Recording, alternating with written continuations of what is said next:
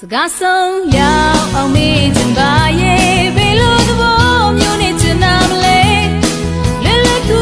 ကူချစ်ပြီးပြီလို့မြေထဲမချင်မရဲလား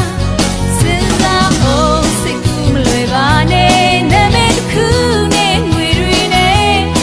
ဒါတွေကိုကျမကမရင်ပျော်ရွှင်မှုနဲ့ချစ်မရနိုင်အဒီကကြတာစီစိတ်မဟုတ်ဘူးလုံးသားတွေကချစ်တစ်ခုပဲ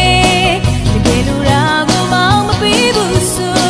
ကျမအသေးလေးကွယ်သွားကွယ်တဲ့အသေးကိုကြိုးမိကြီးနဲ့ရွှေစဲအမ်းနဲ့တိချုံလေဒီရရဆက်လို့မရနိုင်မောင်ရဲ့စဉ်းစားကြည့်လိုက်စမ်းစကားဆုံးရောက်အောင်မေ့ချင်ပါရဲ့ဘယ်လိုသဘော